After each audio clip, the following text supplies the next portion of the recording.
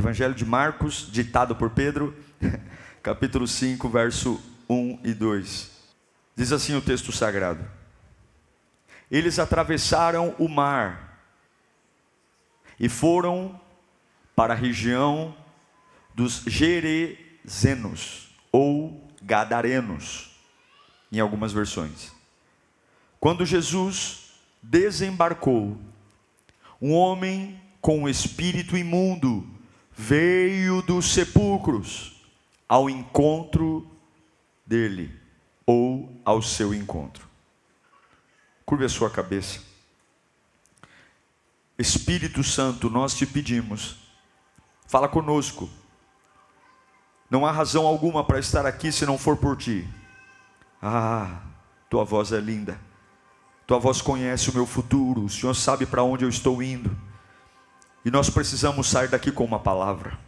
Dentre tudo que vamos enfrentar, tudo que vamos ver, os que estão aqui, os que estão em casa agora, online, ó Deus, dentre tantas guerras que estamos enfrentando, inseguranças, incertezas, fala conosco, Pai, em nome de Jesus, amém. Eu quero levar você para um dia muito importante, muito especial na vida de Jesus.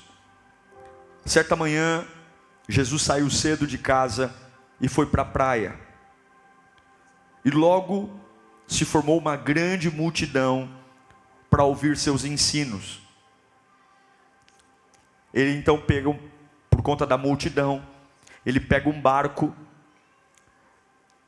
e dentro do barco ele prega para a multidão que está na praia. É um dia fantástico. Ele para a cidade de Cafarnaum. Ele congestiona. Isso está lá em Mateus 13, do 1 ao 12, não precisa abrir. E Jesus naquele dia, dentro do barco, olhando para as pessoas e para a multidão que estava na praia, ele conta a parábola do semeador. Depois ele explica aos discípulos em particular o significado da parábola do semeador. Depois Jesus conta a parábola da candeia, a parábola da semente e a parábola do grão de mostarda, entre tantas outras coisas lindas. Jesus passa o dia inteiro ensinando a multidão, explicando sobre o reino de Deus aos seus discípulos. É um dia muito produtivo, porém um dia de muito trabalho. Imagino que quando Jesus encerra suas pregações, e foram várias naquele dia, o povo estava meio cansado, os discípulos meio cansados, e aí chega o final do dia, e todo mundo pensa, gente, bom, igual a gente faz com a visita, né? O papo tá bom, mas está na hora do quê? Está na hora de ir para casa. A conversa tá boa, mas está anoitecendo. Vamos voltar para nossa casa. Já é tarde, né, mestre? Vamos embora. Que casa nada, diz Jesus. Casa? Nós vamos atravessar para o outro lado. Eu imagino que os discípulos devem ter olhado para Jesus e disse: você está de brincadeira, Jesus. Nós estamos o dia inteiro aqui na praia. Sol no cucuruco aqui. O Senhor pregou, o Senhor falou, o Senhor ensinou. Estou exausto. Como assim para o outro lado? Não tem nada lá do outro lado. Não tem nada. Todo mundo mora desse lado. Nossas casas estão aqui, nossas vidas estão aqui, nossas camas estão aqui. Não tem nada para fazer do outro lado. Absolutamente nada. Atravessar para quê? E o que há lá? O que há do outro lado é uma cidade chamada Gadar, ou Gadara. Gadara significa pátio do inferno. Você gostaria, depois de um dia de trabalho, ir para o pátio do inferno? Vamos dar uma volta lá no pátio do inferno. Gadara era chamada de Decápolis, que significava, é um conjunto de 10 cidades do Império Romano. Cidades pagãs, cidades consideradas impuras, terra de ninguém, terra sem governo, e a única coisa que o Império Romano queria com aquelas cidades era arrancar dinheiro deles.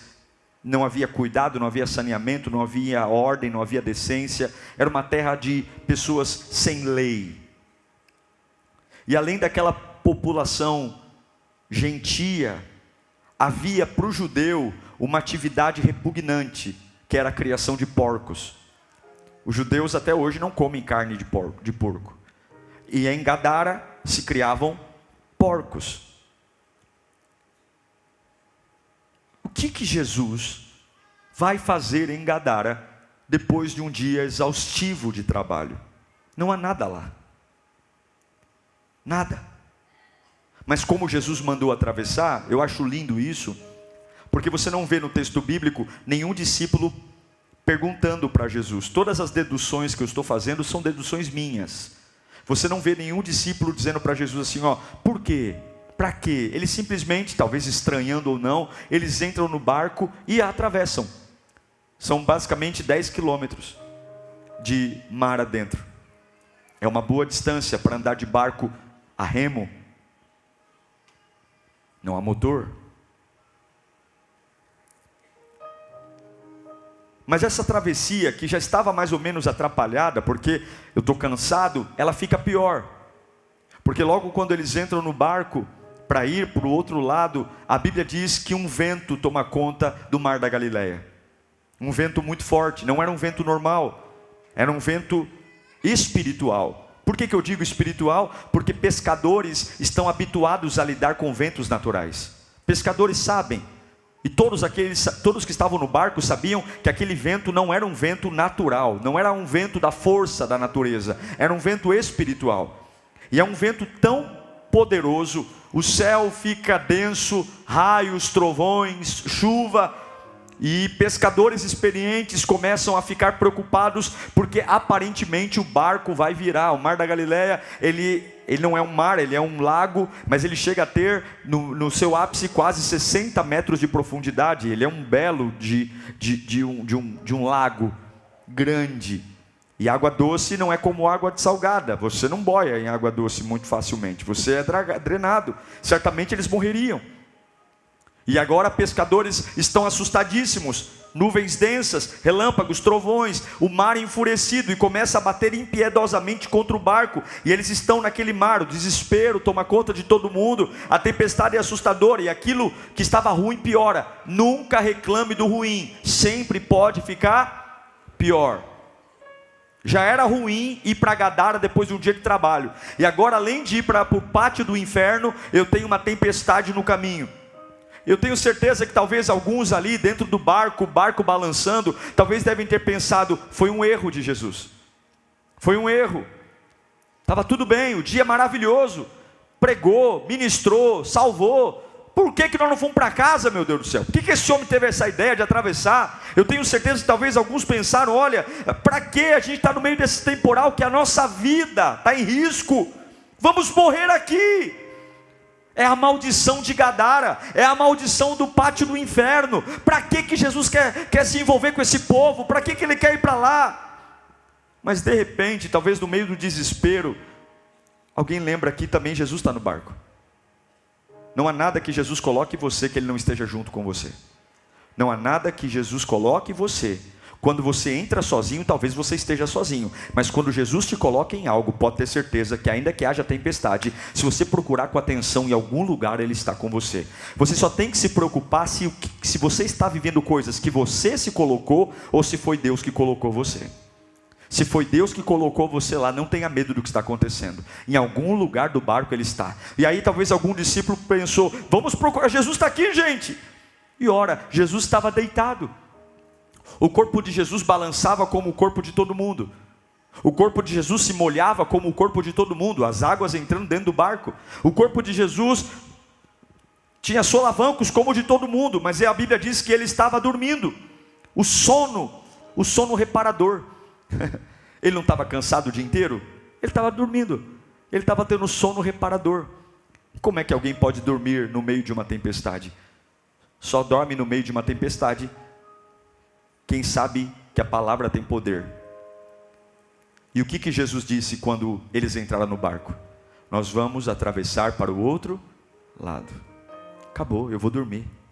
Porque vento nenhum vai anular o que sai da boca de Deus. Escuta o que eu estou pregando aqui. Você tem muita coisa para ver, mas o que vale é o que sai da boca de Deus. Jesus dorme porque quando ele disse nós vamos atravessar, o diabo pode gritar, o diabo pode esbravejar, o diabo pode mentir, mas o que prevalece é o que sai da boca de Deus. Tem muita gente aqui caindo nos trotes do diabo, tem muita gente caindo nos blefes de Satanás, e o que prevalece é a vontade de Deus. Jesus se levanta pleno, descansado, talvez molhado, mas ele diz: vento, mar, aquiete-se. E aí o vento e o mar somem. Há uma tensão no ar, claro, os discípulos estão nervosos, e a escuridão vai embora.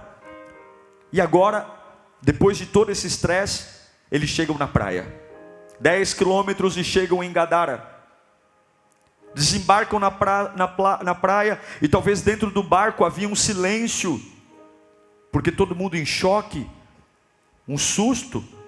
Só que logo quando o barco atraca na praia, o silêncio é quebrado por um homem, que vem em direção a Jesus correndo como um louco, gritando, gritos ensurdecedores. É um homem endemoniado, talvez furioso, um louco. Talvez os discípulos devem ter perguntado: quem é esse? Quem é esse? E alguém deve ter deduzido: ele é louco, porque ele vem nu, sujo. E esse monstro, que é esse homem, ele é conhecido, ele é temido. E ele não é só um monstro por fora, ele é um monstro por dentro. A Bíblia nos dá muitos detalhes sobre quem é esse homem.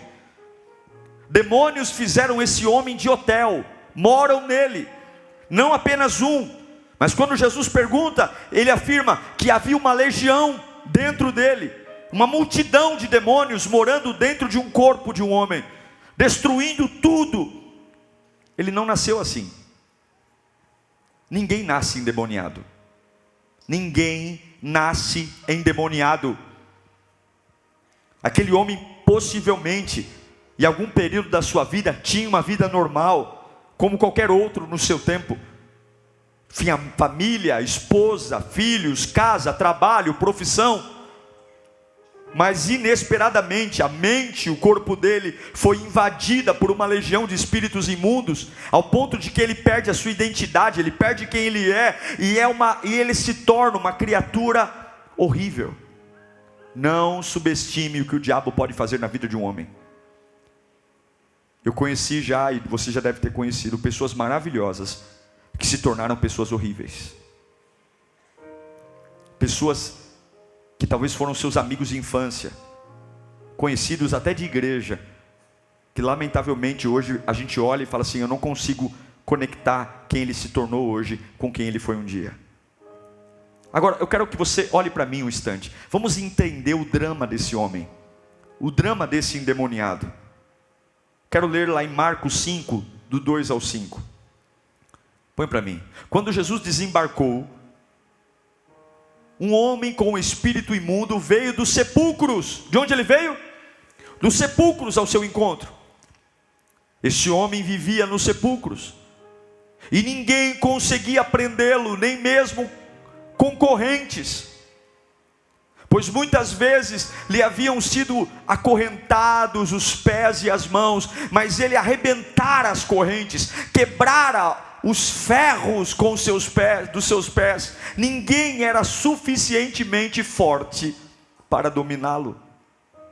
Noite e dia ele andava gritando e cortando-se com pedras entre os sepulcros e na colina.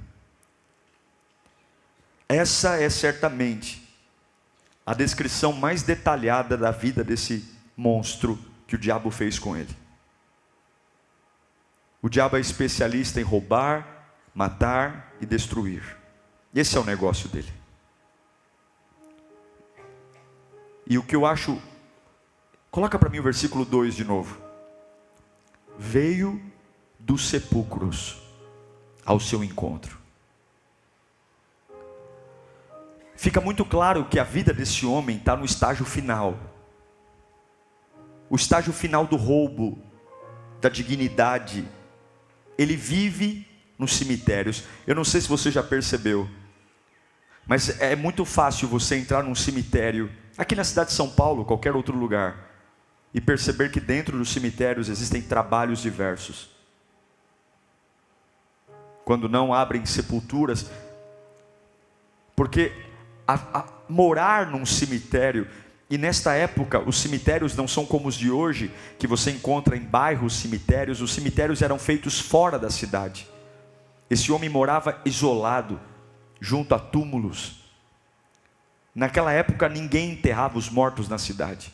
Jogavam eles em cavernas, em covas, escavadas na pedra, e deixavam a podridão algumas vezes a céu aberto, e esse monstro morava lá. Por que ele vive lá agora? Por que ele vive em deserto? Porque ninguém consegue viver perto dele. Ele é um problema.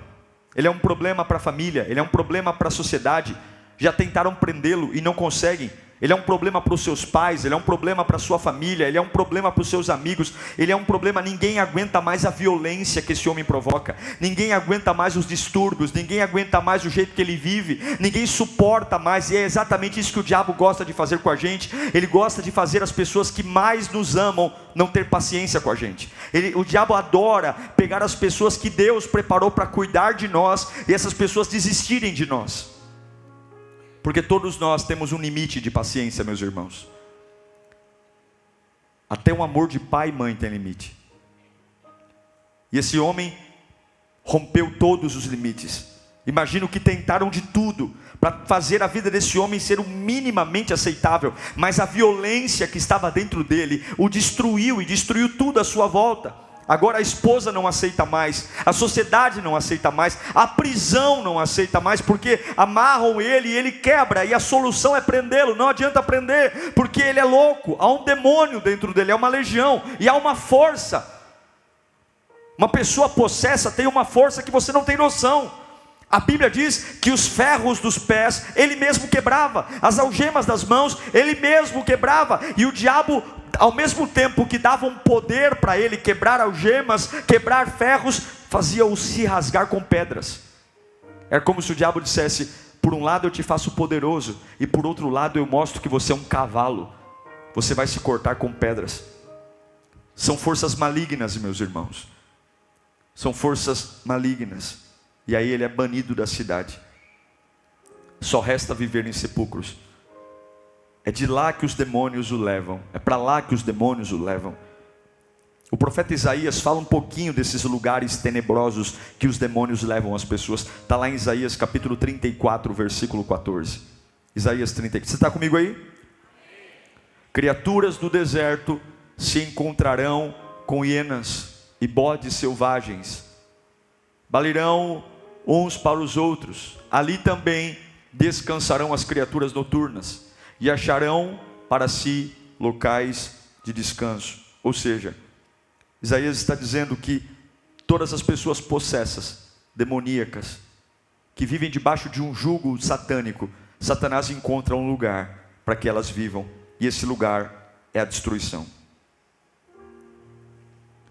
Há uma outra descrição sobre esse homem. Marcos 5,5 fala que ele andava sempre de noite, gritando e cortando-se com pedras entre os sepulcros.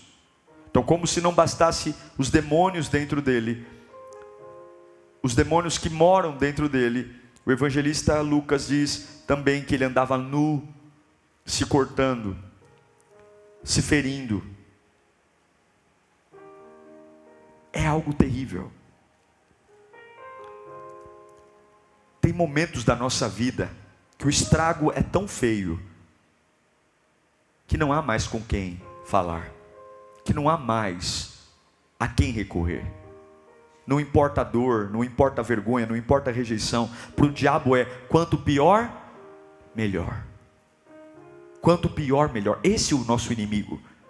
Eu sei que alguns estão gostando de viver uma vida de cristão, vindo à igreja, mas a verdade, irmãos, é que não é para ser agradável. Nós estamos numa guerra terrível, e o adversário das nossas almas, ele é muito astuto, muito inteligente, e sorrateiramente ele vai se apoderando de coisas importantes para nós, mexendo na nossa cabeça, e agora esse homem está com um cárcere físico, com um cárcere mental, e com um cárcere emocional, com um cárcere moral, com um cárcere totalmente aprisionado, uma prisão indomável, inviolável, que afasta todo mundo.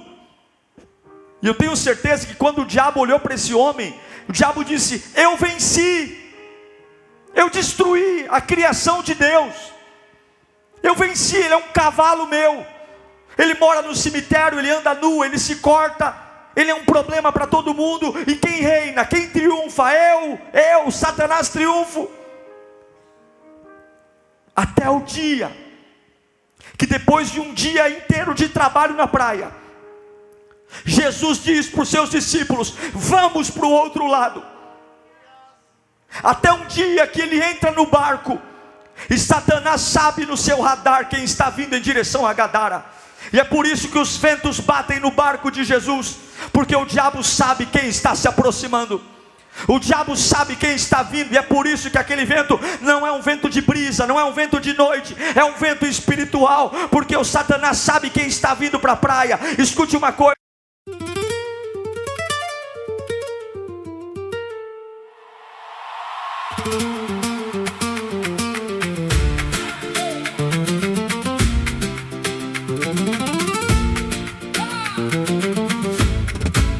you walked in with that fire, red heel, black lace. My heart lost patience right there in your face. Your eyes said danger, your mouth said stay. I tried to act normal, you stole that away. You pull me in, I cave again. Sangre y cera, sangre y cera. You made... Todo processo de libertação é acompanhado por fortes ventos. Todo processo de libertação é acompanhado por fortes batalhas. Se você está vindo à igreja, não se assuste de do dia para a noite ventos surgirem, pessoas se levantarem, o barquinho da tua vida que estava em águas tranquilas começa a ser agredido, porque é assim. Satanás sabe quando Cristo sai de um ambiente e vai no lugar que ele se apoderou. É por isso que quando o diabo vê de longe, não é o prefeito de Decápolis que vai receber Jesus, não é a autoridade. Quem vai receber Jesus na praia? Quem vai receber Jesus na praia? Quem vai receber Jesus na praia? O endemoniado. O diabo sabe quem está vindo. O diabo sabe quem está vindo. Fala comigo: o diabo sabe quem está vindo. E quando ele vê Jesus, a Bíblia diz que ele corre em direção ao barco, e sabe o que o diabo faz? O diabo se ajoelha e adora, porque ninguém é páreo para Jesus. A luta do diabo não é contra Jesus, a luta do diabo é contra mim e contra você, porque diante do Rei dos Reis, do Senhor dos Senhores, até o mais vagabundo dos demônios tem que dobrar o joelho e tem que respeitar. A Bíblia diz que ele dobra o joelho, a Bíblia diz que ele o adora e fala: o que eu tenho eu contigo, põe para mim, versículo 6 e 8, 6 ao 8, põe lá. Quando ele viu Jesus de longe, correu e prostrou-se, porque demônio não fala com Cristo em pé, demônio fala com Cristo de joelho. Não tem figurinha no Facebook: quem curte, o diabo vence, quem comenta, Jesus vence. O braço de ferro do diabo não é com Jesus, é com você. Ele se dobra e gritou em alta voz: que queres comigo, Jesus, o quê?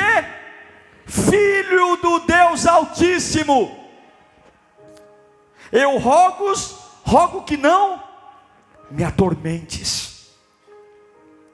Vamos restituir a cena aqui, vamos reconstituir a cena. Os discípulos desembarcam, Jesus desembarca, há uma travessia tumultuada, de repente surge aquela criatura urrando, ameaçadora, dobra o joelho e olha para Jesus com muito medo e ao mesmo tempo preocupação, dizendo: o que o Senhor quer comigo? Há tantos anos eu domino esse lugar, há tantos anos eu sou o rei desse lugar, o que O que você faz aqui? Esse território é meu, esse lugar é meu, esse cárcere está ocupado, esse prisioneiro é nosso, sumam daqui, vocês não precisam estar aqui. E a Bíblia diz que imediatamente Jesus diz: espírito imundo, sai desse homem. Agora presta atenção, você tem que entender a extensão dessa ordem. Porque desde o primeiro dia que o diabo tomou a serpente e usou a serpente para tentar os nossos pais no jardim do Éden, Adão e Eva, desde aquele dia até esse dia de Gadara, o diabo nunca, em nenhuma passagem bíblica, foi atormentado por alguém em relação aos territórios que ele tomou. Nunca. Desde o dia do Éden até esse dia, o diabo invadiu cidades, o diabo invadiu famílias, o diabo governou países, o diabo governou reis, o diabo governou príncipes, o diabo governou vizinhanças. Tudo que ele fazia para rebelar o homem contra Deus. Tudo. Lembra da geração do dilúvio? O diabo tomou as pessoas e Deus se voltou contra o diabo ou contra os homens? Contra os homens. Deus disse: eu vou matar a humanidade. Ele montou a arca por causa de Noé. O diabo sempre se escondeu atrás do homem, tomava conta das famílias. Vamos ler o texto, Gênesis 6, 5 e 7. Viu o Senhor que a maldade do homem havia se multiplicado. Não havia um combate contra o diabo, havia combate contra o homem, o Satanás no homem, na terra, e que era continuamente mal. Deixa eu ler na versão de vocês. O Senhor viu que a perversidade do homem tinha aumentado na terra, e que toda a inclinação dos pensamentos do seu coração era sempre e somente para o mal. Então o Senhor arrependeu-se de ter feito o homem sobre a terra, e isso cortou-lhe o coração. E disse o Senhor: farei desaparecer da face da terra o homem que criei, os homens e também os animais, grandes e pequenos, e as aves do céu. E arrependeu-se de ter feito. Esse era o esquema do diabo. O esquema do diabo era assim: olha, quando ele não consegue fazer o serviço, ele instiga o homem a provocar a Deus. Ele instiga o homem a se virar contra Deus. E durante 4 mil anos, o império das trevas seduziu pessoas, roubou pessoas, matou pessoas, sem nenhuma perturbação. Aí você me pergunta: pastor, como é que ninguém fez nada? E os grandes profetas de Deus? E os grandes homens que Deus usou? Que fizeram coisas extraordinárias? Sim, eles fizeram coisas extraordinárias. Noé construiu uma arca, Moisés abriu o mar vermelho, Josué parou o sol, Sansão derrubou um prédio inteiro, Elias fez cair fogo do céu, Eliseu ressuscitou mortos, Daniel foi amarrado e jogado queimado vivo, para ser queimado vivo numa fornalha de fogo, e nada aconteceu. Mas nenhum herói bíblico enfrentou o diabo cara a cara. Nenhum personagem bíblico enfrentou Satanás cara a cara. Nenhum. Não há nenhum registro, nem Abraão, nem Isaque, nem Jacó, de ter liberto uma pessoa sequer das mãos do diabo, até esse dia. E aí vem Jesus e afirma em Mateus 12, 28: mas se é pelo Espírito de Deus que eu expulso demônios, então chegou a vocês o reino de Deus. Aleluia. Sabe o que eu quero dizer aqui? Jesus é o nosso campeão. Jesus é o nosso Salvador. Jesus veio para fazer o que ninguém conseguiu fazer. É por isso que 1 João 3,8 diz que foi para isso que se manifestou. Aquele que pratica o pecado é filho do diabo, porque o diabo vem pecando desde o princípio. Para isso o Filho de Deus se manifestou. Para que o Filho de Deus se manifestou? Para quê? Para destruir as obras do diabo. O que Abraão não fez, Moisés não fez, Isaac não fez, Elias não fez, Eliseu não fez, João Batista não fez. O diabo teve tranquilidade durante 4.000 anos para reinar, para destruir, para governar. E a primeira boa notícia é essa: o ministério de Jesus instaura um colapso em todas as invasões do diabo na face da terra. E eu não sei para que eu estou pregando aqui hoje, mas tem muita gente que desistiu de você.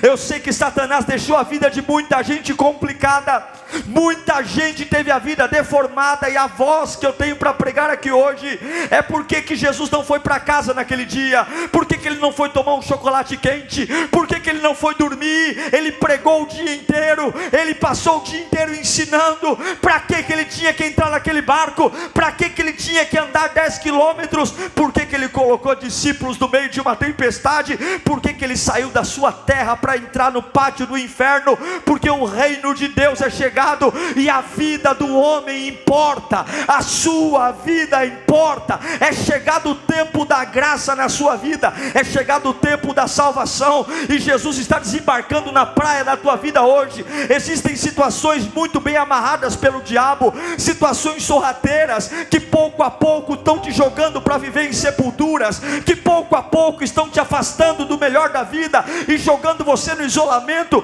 Então Jesus ordena para aquele homem que o diabo em 4.000 anos não ouviu, em 4.000 anos ele não foi incomodado, em 4.000 anos ele só induzia os homens a pecar contra Deus. Mas naquele dia ele tem que dobrar o joelho e entender que dentro daquele barco não tem uma criatura, mas tem um Deus. E Abraão ele não se ajoelha, para Moisés ele não se ajoelha, mas para o Cristo Filho do Deus vivo ele se ajoelha. E eu sei que muitos aqui já tentaram muita coisa, você já foi para a igreja, você já orou, já fez campanha, mas eu quero dizer que hoje não é pastor Diego, não é lírio dos vales, não é denominação. Hoje o Rei dos Reis, pelo poder da palavra pregada, vai parar na praia da tua vida, e todas as correntes vão quebrar. Sabe o que significa Jesus parar na praia? Levanta a mão para cá. A partir de hoje vai ter mudanças visíveis na tua vida.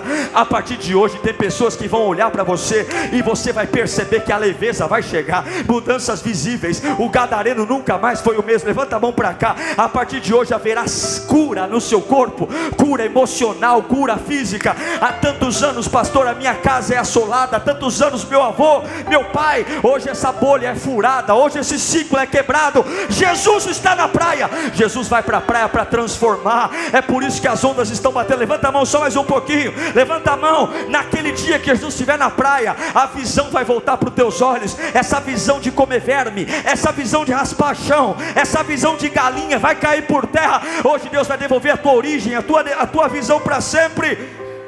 Fala comigo agora, tudo faz sentido. Agora está entendendo por que tem vento? Está entendendo por que tem tempestade? Porque a tua vida importa. A tua vida importa. É por isso que ele não volta para casa, porque ele ama. É por isso que ele não vai dormir, porque a sua vida importa. É por isso que ele navega a noite toda, porque a sua vida importa. Aquele gadareno era o último da terra. Quem se importaria com o monstro? Quem atravessaria um mar violento por causa de um monstro?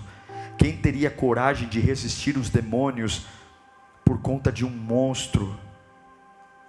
Ainda que meu pai e minha mãe me deixem, o Senhor nunca me deixará. E eu quero dizer do fundo da sua alma, Jesus se importa com você. Talvez eu não saiba o seu nome, mas Jesus sabe o seu nome. Jesus se importa com você, e não importa quão bagunçado esteja a sua vida, não importa quão atrapalhado esteja o seu ser. Há coisas que nunca vão mudar até hoje. Há coisas que nunca iam acontecer até hoje. Hoje é o dia que o nunca encontra o agora.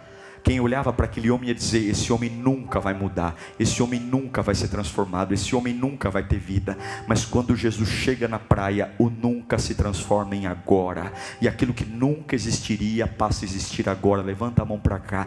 Tem coisas que olham para você e nunca vai existir, nunca vai ter, nunca vai ser, nunca vai conquistar, nunca, porque até então Jesus não estava na praia. Fala comigo: hoje o meu nunca se transforma em agora. Fala mais alto: hoje o meu nunca se transforma em agora. Agora, a boa notícia é que Jesus é o mesmo ontem, hoje e sempre.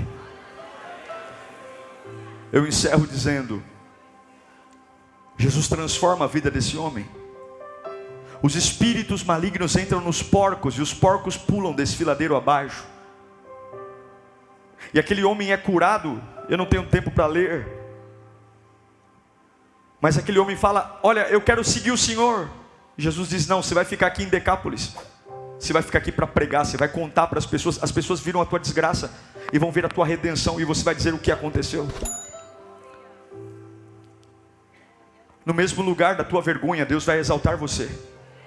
No mesmo lugar que viram o seu fracasso, Deus vai te dar dupla honra.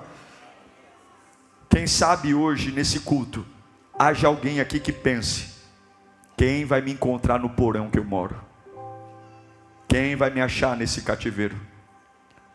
Quem se importaria comigo? Quem notaria a minha falta? Não tenho valor. Quem pode arrebentar as correntes da minha alma? Depressão, ansiedade. Quem sabe o diabo falou no seu coração: você é meu, tua família é minha, está no teu sangue. Olha para tua mãe, a vida que ela teve, é essa vida que você vai ter. Olha as pessoas que você vive: você é minha. Não adianta fugir, gadareno, vai morar em cemitérios. Você não consegue. Você já tentou, eu sei que você já tentou e você não consegue. Eu tenho você nas minhas mãos. Mas Cristo hoje desce na tua praia. Nada pode impedir Jesus de encontrar a sua vida, quebrar suas correntes e te dar um propósito. Eu quero profetizar alguns textos para eu orar por você. Você quer receber? Ele faz assim para receber com as mãos. Põe para mim 2 Coríntios 5,17. Receba, receba, receba, receba, receba. Portanto, se alguém está em Cristo, é nova criação. As coisas antigas já se passaram, e eis que tudo se fez novo. Põe Romanos capítulo 1, versículo 16. Coloca para mim: não me envergonhe do Evangelho, porque é poder de Deus para a salvação de todo aquele que nele crê, primeiro do judeu e depois do grego. Coloca Apocalipse 21, 5. Coloca para mim: aquele que está sentado no trono disse: eis que estou fazendo todas as coisas. Aleluia. E acrescentou: escreva isso, pois estas palavras são verdadeiras e dignas de confiança. Eu tenho uma boa notícia para você: Jesus é poderoso para chegar no estado da vida que você está vivendo e transformar absolutamente tudo novo para você. Curve a sua cabeça. Eu creio no nome de Jesus. Eu creio que o diabo é sujo, vagabundo, mentiroso. E eu creio que ele infelizmente colocou tanta sujeira na cabeça de alguns. Você está perdido, está perdendo coisas. E talvez o desespero bate porque ninguém mais me entende. Eu me tornei um problema, eu me tornei uma pessoa complicada de se conviver. Ninguém consegue entender o que eu falo, porque junto com as minhas palavras existem situações espirituais que me aprisionam. Eu sei que me faz mal, mas eu me corto. Eu sei que me faz mal, mas eu aceito relacionamentos sujos. Eu sei que me faz mal, mas eu aceito gente que me bate. Eu sei que me faz mal, mas eu prefiro rastejar. É isso que o diabo vai fazendo. De filho amado, de filho querido, vai se transformando num traste, num monstro. Num monstro que ao invés de morar em família, vai morar em túmulos, cemitérios. E alguns olham para você e falam: menina, cadê a tua beleza? Cadê a tua alegria? Cadê você? Eu não te reconheço mais. Parece que todo dia você está diferente. olha esses olhos, olha essa voz, olha seu corpo, você não é a mesma, cadê você? Aí a família entra em desespero, vamos internar. O que está acontecendo com a nossa filhinha? O que está acontecendo com o nosso filho que ensinamos na igreja? E o diabo dizendo a cada dia mais preso, cada dia mais preso. E daqui a pouco o pai começa a lavar as mãos, a mãe começa a lavar as mãos e diz: eu não tenho mais o que fazer, eu não tenho mais o que falar, eu já preguei, eu já ensinei, eu já chorei. Se eu continuar falando com ela, eu vou morrer junto com ela. Mas hoje esse culto é para você. Esse culto é para dizer para você que ainda há uma esperança. É por isso que as últimas semanas têm sido tão difíceis. É por isso que os últimos dias têm sido tão atormentadores. É porque Satanás sabe que esse culto ia chegar, e junto com esse culto um barco ia atracar na praia.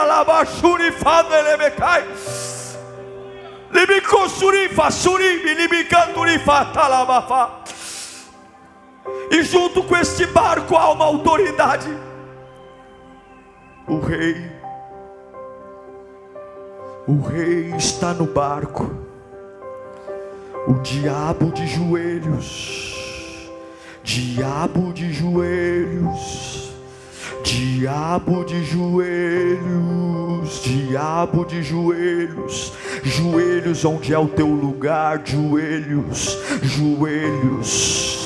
Quem manda chegou, quem tem autoridade chegou, quem é o primeiro e o último chegou, na Baixarabacandefa, quem cura todas as doenças chegou, chegou, chegou,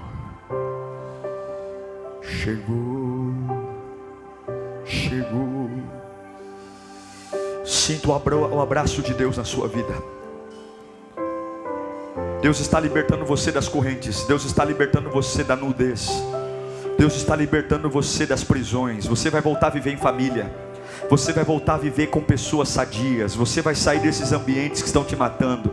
Deus está libertando a sua mente. Essa carência não vai te matar mais. Você vai passar a se valorizar a partir de hoje. Deus está devolvendo vestes. A vida te tirou as vestes. A vida te tirou a dignidade. A vida te tirou o prazer de estar em família. Você tem vergonha de muita coisa. Os seus pensamentos estão tortos. Deus está devolvendo o teu ministério hoje. Deus está devolvendo o teu chamado hoje. Deus está devolvendo o teu trabalho hoje. Deus está vindo à praia. Deus está dizendo: Satanás vai entrar nos porcos, porque quem vai entrar nele é o meu espírito agora. Satanás vai para os porcos, porque quem vai entrar nele é o meu poder. Satanás vai para os porcos, porque quem vai entrar nele é a minha unção. Satanás vai para os porcos, porque quem vai entrar nele é a minha misericórdia. Satanás vai para os porcos, porque quem vai entrar nele é o meu chamado. Satanás vai para os porcos, porque quem vai entrar nele é o meu sangue. Satanás vai para os porcos, porque quem vai entrar nele é a minha glória. Satanás vai para os porcos, porque quem vai dominar a cabeça dele é o meu espírito. Satanás vai para os porcos, porque quem vai enchê-lo é o meu espírito. Satanás vai para os porcos, porque eu vou tomá-lo, vou tratá-lo, vou curá-lo, vou renová-lo, vou abastecê-lo, vou enchê-lo.